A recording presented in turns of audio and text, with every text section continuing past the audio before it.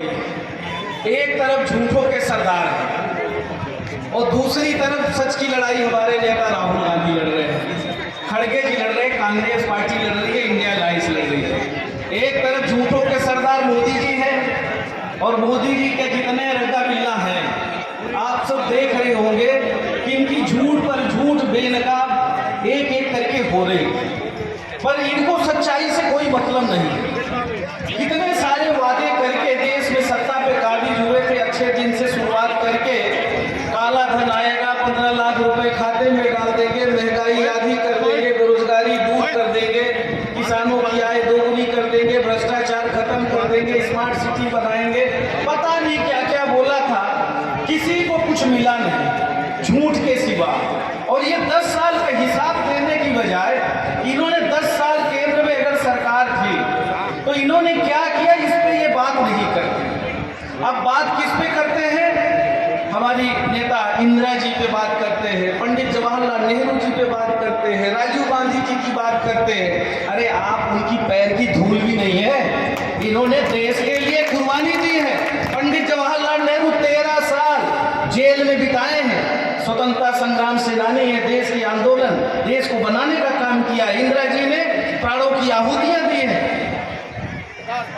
हमारे राजीव गांधी जी ने, उन्होंने प्राणों की आहुति देश के लिए दी।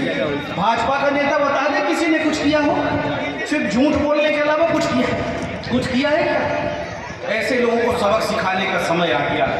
एक तरफ झूठ भरे भरे और एक तरफ हमारे नेता राहुल गांधी जी भारत जोड़ो यात्रा करते हैं, 4000 किलोमीटर पैदल चलते हैं। हम सबके लिए पैदल चलते हैं, देश के किसानों के लिए, बेरोजगारों के लिए, माता बहनों के लिए, सबको सम्मान दिलाने के लिए, अनुसूचित जाति जनजाति पिछड़ा वर्ग के लोगों को सम्मान दिलाने के लिए हमारी लड़ाई लड़ते हैं, सड़क पर उतरकर लड़ाई लड़ते हैं। और सड़क पर उनको क्यों उतरना पड़ा ये भी हम सबको समझने की आवश्यकता है। विपक्ष में कांग्रेस है, सबसे बड़ी पार्टी लोकसभा में कांग्रेस है। जब देश की बेरोजगारी, महंगाई, किसानों के साथ हो रहे अन्याय अत्याचार के खिलाफ जब राहुल गांधी जी कांग्रेस के नेता संसद में आवाज उठाते हैं तो आवाज बंद कर दी जाती, उनको सुनने नहीं दिया जाता था।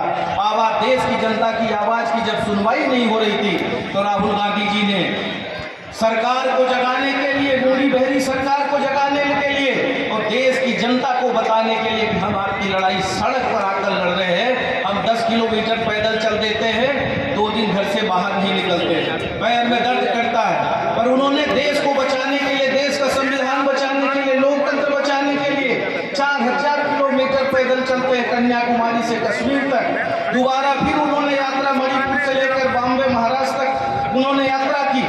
किसके लिए किया? हम सबके लिए। और आज हमें समझना होगा, अगर हम समझेंगे नहीं, आज राहुल गांधी जी बात कर रहे हैं कि हम जाति जनगणना कराएंगे, कांग्रेस पार्टी बात कर रही है, इंडिया अलायंस के नेता बात कर रहे हैं कि हम जाति जनगणना कराएंगे, जिसकी जितनी जनसंख्या है उसके हिसाब से हम देश में उनको हिस्सेदारी देंगे। हिस्सेदारी का मतलब ये नहीं है कि हम लुटा देंगे। आज टैक्स हम सबको ही जमा करते हैं, तो अगर 16 लाख करोड़ रुपए मोदी जी 22 बड़े उद्योगपतियों का माफ कर सकते हैं तो क्या किसान का कर्जा नहीं माफ हो सकता? क्या शिक्षित बेरोजगारों को रोजगार नहीं मिल सकता? क्या हमें महंगाई से निजात नहीं दिला सकते? क्या हमें अच्छी शिक्षा नहीं दे सकते, अच्छी स्वास्थ्य व्यवस्था नहीं दे सकते?